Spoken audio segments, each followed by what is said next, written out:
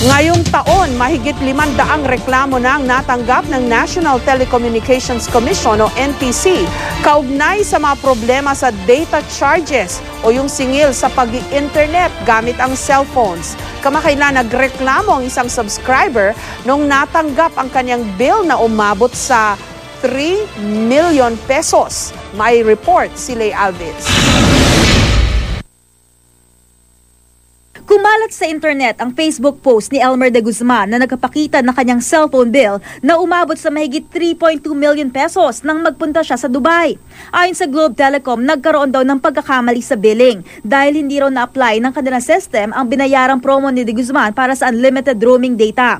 Makikitang sa naturang bill, siningil din ang only roaming data charges pero siningil pa rin ng Globe ang kada gamit ng data.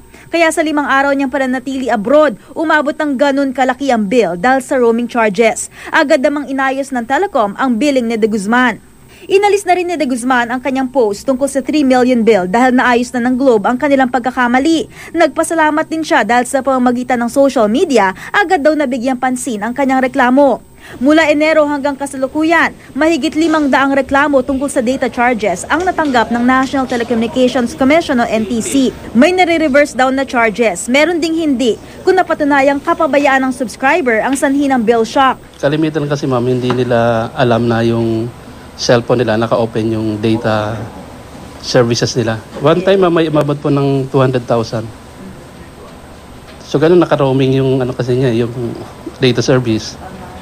Nalagay na raw sa ganitong sitwasyon ang postpaid subscriber na si John Chung. Nireverse naman daw ng kanyang service provider ang charges matapos ang investigasyon. Nag-avail ako ng free phone. Apparently, yung particular model na yon, sarili siyang pumapasok dun sa internet connection. So nagulat na lang ako na yung bill namin naging 7,000 something.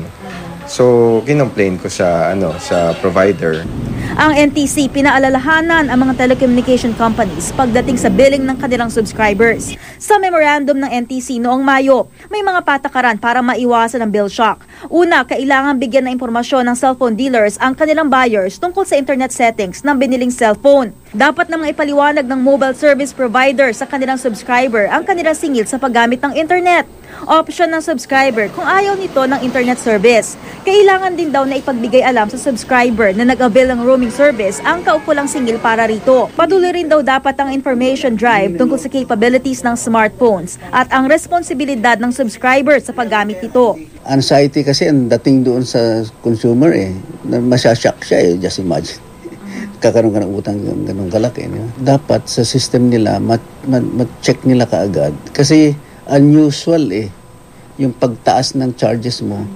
Kung nakita nilang unusual, there's something wrong. Higit sa pag-iingat, pinakagarantisado kung papatayin na lang ang cellular data roaming ng inyong smartphone kung kayo'y nasa labas ng Pilipinas.